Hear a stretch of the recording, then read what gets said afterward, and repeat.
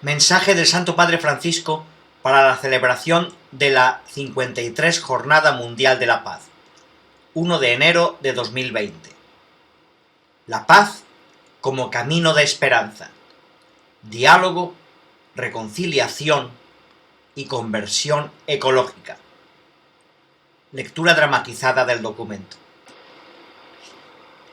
La paz, camino de esperanza ante los obstáculos y las pruebas. La paz, como objeto de nuestra esperanza, es un bien precioso al que aspira toda la humanidad. Esperar en la paz es una actitud humana que contiene una tensión existencial. Y de este modo, cualquier situación difícil se puede vivir y aceptar si lleva hacia una meta, si podemos estar seguros de esta meta y si esta meta es tan grande que justifique el esfuerzo del camino. En este sentido, la esperanza es la virtud que nos pone en camino, nos da alas para avanzar, incluso cuando los obstáculos parecen insuperables. Nuestra comunidad humana lleva en la memoria y en la carne los signos de las guerras y de los conflictos que se han producido, con una capacidad destructiva creciente y que no dejan de afectar especialmente a los más pobres y a los más débiles. Naciones enteras se afanan también por liberarse de las cadenas de la explotación y de la corrupción que alimentan el odio y la violencia. Todavía hoy a tantos hombres y mujeres, niños y ancianos, se les niega la dignidad, la integridad física, la libertad, incluida la libertad religiosa, la solidaridad comunitaria, la esperanza en el futuro. Muchas víctimas inocentes cargan sobre sí el tormento de la humillación y la exclusión, del duelo y la injusticia, por no decir los traumas resultantes del ensañamiento sistemático contra su pueblo y sus seres queridos. Las terribles pruebas de los conflictos civiles e internacionales, a menudo agravados por la violencia sin piedad, marcan durante mucho tiempo el cuerpo y el alma de la humanidad. En realidad, toda guerra se revela como un fratricidio que destruye el mismo proyecto de fraternidad inscrito en la vocación de la familia humana. Sabemos que la guerra a menudo comienza por la intolerancia a la diversidad del otro, lo que fomenta el deseo de posesión y la voluntad de dominio. Nace en el corazón del hombre por el egoísmo y la soberbia, por el odio que instiga a destruir, a encerrar al otro en una imagen negativa, a excluirlo y eliminarlo. La guerra se nutre de la perversión de las relaciones, de las ambiciones hegemónicas, de los abusos de poder, del miedo al otro y de la diferencia vista como un obstáculo. Y al mismo tiempo alimenta todo esto. Es paradójico, como señalé durante el reciente viaje a Japón, que nuestro mundo vive la perversa dicotomía de querer defender y garantizar la estabilidad y la paz en base a una falsa seguridad sustentada por una mentalidad de miedo y desconfianza, que termina por envenenar las relaciones entre pueblos e impedir todo posible diálogo. La paz y la estabilidad internacional son incompatibles con todo intento de fundarse sobre el miedo a la mutua destrucción o sobre una amenaza de aniquilación total. Solo es posible desde una ética global de solidaridad y cooperación al servicio de un futuro plasmado por la interdependencia y la corresponsabilidad entre toda la familia humana de hoy y de mañana. Cualquier situación de amenaza alimenta la desconfianza y el repliegue en la propia condición. La desconfianza y el miedo aumentan la fragilidad de las relaciones y el riesgo de violencia, en un círculo vicioso que nunca puede conducir a una relación de paz. En este sentido, incluso la disuasión nuclear no puede crear más que una seguridad ilusoria. Por lo tanto, no podemos pretender que se mantenga la estabilidad en el mundo a través del miedo a la aniquilación, en un equilibrio altamente inestable, suspendido al borde del abismo nuclear y encerrado dentro de los muros de la indiferencia, en el que se toman decisiones socioeconómicas que abren el camino a los dramas del descarte del hombre y de la creación, en lugar de protegerse los unos a los otros. Entonces, ¿cómo construir un camino de paz y reconocimiento mutuo? ¿Cómo romper la lógica morbosa de la amenaza y el miedo? ¿Cómo acabar con la dinámica de desconfianza que prevalece actualmente? Debemos buscar una verdadera fraternidad que esté basada sobre nuestro origen común en Dios y ejercida en el diálogo y la confianza recíproca. El deseo de paz está profundamente inscrito en el corazón del hombre y no debemos resignarnos a nada menos que esto. Segundo, la paz, camino de escucha basado en la memoria, en la solidaridad y en la fraternidad. Los Hibakusha, los sobrevivientes de los bombardeos atómicos de Hiroshima y Nagasaki, se encuentran entre quienes mantienen hoy viva la llama de la conciencia colectiva, testificando a las generaciones venideras el horror de lo que sucedió en agosto de 1945 y el sufrimiento indescriptible que continúa hasta nuestros días.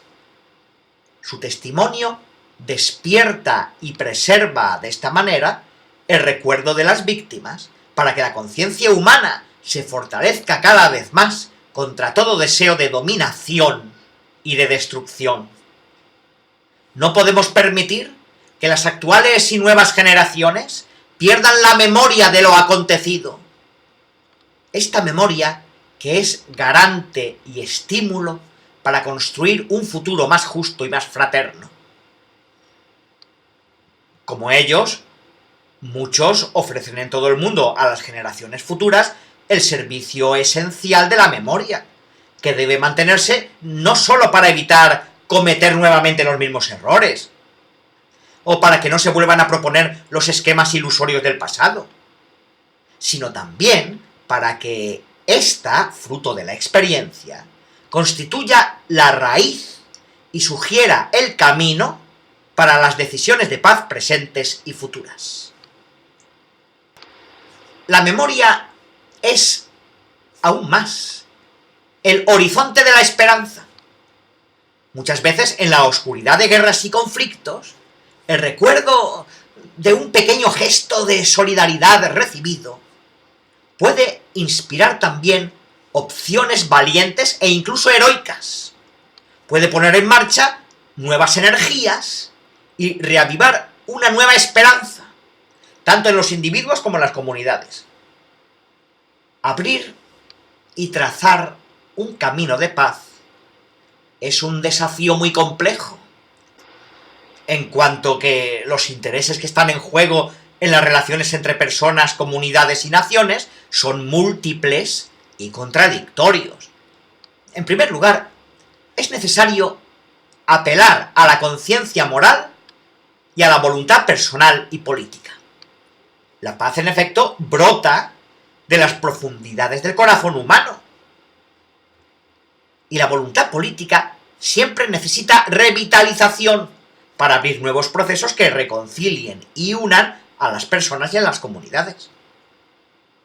El mundo no necesita palabras vacías, sino testigos convencidos, artesanos de la paz, abiertos al diálogo sin exclusión ni manipulación. De hecho, no se puede realmente alcanzar la paz a menos que haya un diálogo convencido de hombres y mujeres que busquen la verdad más allá de las ideologías y de las opiniones diferentes. La paz debe edificarse continuamente. Un camino que hacemos juntos, buscando siempre el bien común y comprometiéndonos a cumplir nuestra palabra y respetar las leyes. El conocimiento y la estima por los demás también pueden crecer en la escucha mutua, hasta el punto de reconocer en el enemigo el rostro de un hermano.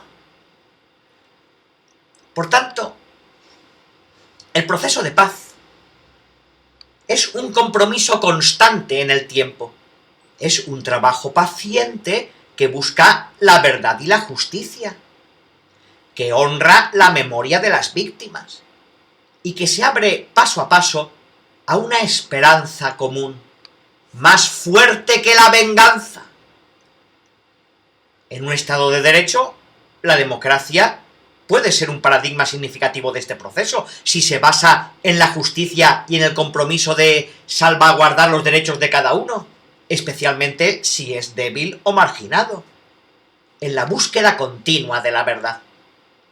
Es una construcción social y una tarea en progreso en la que cada uno contribuye responsablemente a todos los niveles de la comunidad local, nacional y mundial.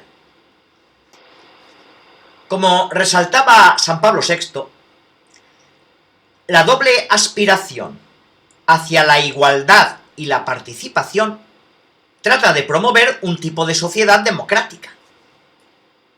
Esto indica la importancia de la educación para la vida en sociedad, donde, además de la información sobre los derechos de cada uno, sea recordado su necesario correlativo, el reconocimiento de los deberes de cada uno de cara a los demás. El sentido y la práctica del deber están mutuamente condicionados por el dominio de sí, la aceptación de las responsabilidades y de los límites puestos al ejercicio de la libertad de la persona individual o del grupo. Fin de cita. Por el contrario, la brecha entre los miembros de una sociedad, el aumento de las desigualdades sociales y la negativa a utilizar las herramientas para el desarrollo humano integral ponen en peligro la búsqueda del bien común. En cambio, el trabajo paciente, basado en el poder de la palabra y la verdad, puede despertar en las personas la capacidad de compasión y solidaridad creativa. En nuestra experiencia cristiana, recordamos constantemente a Cristo, quien dio su vida por nuestra reconciliación. Romanos 5, del 6 al 11. La Iglesia participa plenamente en la búsqueda de un orden justo y continúa sirviendo al bien común y alimentando la esperanza de paz a través de la transmisión de los valores cristianos, la enseñanza moral y las obras sociales y educativas. Tercero, la paz, camino de reconciliación en la comunión fraterna. La Biblia, de una manera particular, a través de la palabra de los profetas, llama a las conciencias y a los pueblos a la alianza de Dios con la humanidad. Se trata de abandonar el deseo de dominar a los demás y aprender a verse como personas, como hijos de Dios, como hermanos. Nunca se debe encasillar al otro por lo que pudo decir o hacer, sino que debe ser considerado por la promesa que lleva dentro de él. Solo eligiendo el camino del respeto será posible romper la espiral de venganza y emprender el camino de la esperanza. Nos guía el pasaje del Evangelio que muestra el siguiente diálogo entre Pedro y Jesús. Señor, si mi hermano me ofende, ¿cuántas veces tengo que perdonarlo? ¿Hasta 7 veces? Jesús le contesta, no te digo hasta 7 veces, sino hasta 70 veces 7. Mateo 18, 21 a 22. Este camino de reconciliación nos llama a encontrar en lo más profundo de nuestros corazones la fuerza del perdón y la capacidad de reconocernos como hermanos y hermanas. Aprender a vivir en el perdón aumenta nuestra capacidad de convertirnos en mujeres y hombres de paz. Lo que afirmamos de la paz en el ámbito social vale también en lo político y económico, puesto que la cuestión de la paz impregna todas las dimensiones de la vida comunitaria. Nunca habrá una paz verdadera a menos que seamos capaces de construir un sistema económico más justo.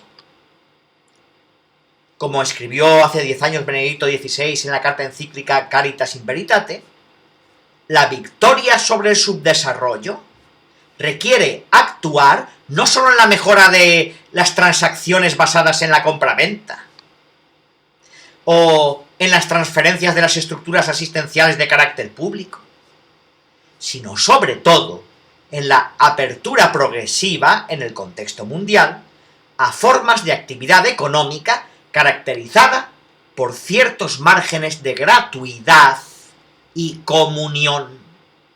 Fin de cita. Cuarto, la paz, camino de conversión ecológica.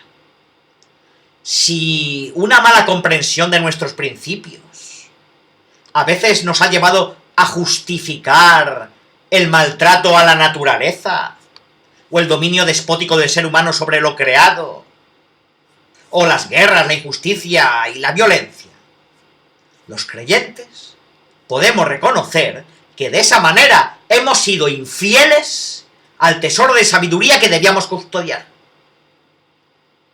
Ante las consecuencias de nuestra hostilidad hacia los demás, la falta de respeto por la casa común y la explotación abusiva de los recursos naturales, vistos como herramientas útiles únicamente para el beneficio inmediato, sin respeto por las comunidades locales, por el bien común y por la naturaleza, necesitamos una conversión ecológica. El reciente sínodo sobre la Amazonía nos lleva a renovar la llamada a una relación pacífica entre las comunidades y la tierra, entre el presente y la memoria, entre las experiencias y las esperanzas. Este camino de reconciliación es también escucha y contemplación del mundo que Dios nos dio para convertirlo en nuestra casa común. De hecho, los recursos naturales, las numerosas formas de vida y la tierra misma se nos confían para ser cultivadas y preservadas, Génesis 2.15, también para las generaciones futuras, con la participación responsable y activa de cada uno. Además, necesitamos un cambio en las convicciones y en la mirada, que nos abra más al encuentro con el otro y a la acogida del don de la creación, que refleja la belleza y la sabiduría de su hacedor. De aquí surgen, en particular, motivaciones profundas y una nueva forma de vivir en la casa común, de encontrarse unos con otros desde la propia diversidad, de celebrar y respetar la vida recibida y compartida, de preocuparse por las condiciones y modelos de sociedad que favorecen el florecimiento y la permanencia de la vida en el futuro, de incrementar el bien común de toda la familia humana. Por lo tanto, la conversión ecológica a la que apelamos nos lleva a tener una nueva mirada sobre la vida, considerando la generosidad del Creador que nos dio la tierra y que nos recuerda la alegre sobriedad de compartir. Esta conversión debe entenderse de manera integral, como una transformación de las relaciones que tenemos con nuestros hermanos y hermanas, con los otros seres vivos, con la creación en su variedad tan rica, y con el Creador, que es el origen de toda vida. Para el cristiano, esta pide dejar brotar todas las consecuencias de su encuentro con Jesucristo en las relaciones con el mundo que los rodea. Quinto, se alcanza tanto cuanto se espera. El camino de la reconciliación requiere paciencia y confianza. La paz no se logra si no se la espera. En primer lugar, se trata de creer en la posibilidad de la paz, de creer que el otro tiene nuestra misma necesidad de paz. En esto podemos inspirarnos en el amor de Dios por cada uno de nosotros. Un amor liberador, ilimitado, gratuito e incansable. El miedo es a menudo una fuente de conflicto. Por lo tanto, es importante ir más allá de nuestros temores humanos, reconociéndonos hijos necesitados ante aquel que nos ama y nos espera, como el padre del hijo pródigo. Lucas 15, del 11 al 24. La cultura del encuentro entre hermanos y hermanas rompe con la cultura de la amenaza. Hace que cada encuentro sea una posibilidad y un don del generoso amor de Dios. Nos guía a ir más allá de los límites de nuestros estrechos horizontes, a aspirar siempre a vivir la fraternidad universal, como hijos del único Padre Celestial. Para los discípulos de Cristo, este camino está sostenido también por el sacramento de la reconciliación que el Señor nos dejó para la remisión de los pecados de los bautizados. Este sacramento de la Iglesia, que renueva a las personas y a las comunidades, nos llama a mantener la mirada en Jesús, que ha reconciliado todas las cosas, las del cielo y las de la tierra, haciendo la paz por la sangre de su cruz. Colosenses 1:20. Y nos pide que depongamos cualquier violencia en nuestros pensamientos, palabras y acciones, tanto hacia nuestro prójimo como hacia la creación. La gracia de Dios Padre se da como amor sin condiciones. Habiendo recibido su perdón en Cristo, podemos ponernos en camino para ofrecerlo a los hombres y mujeres de nuestro tiempo. Día tras día, el Espíritu Santo nos sugiere actitudes y palabras para que nos convirtamos en artesanos de la justicia y la paz. Que el Dios de la paz nos bendiga y venga en nuestra ayuda. Que María, Madre del Príncipe de la Paz y Madre de todos los pueblos de la tierra, nos acompañe y nos sostenga en el camino de la reconciliación, paso a paso.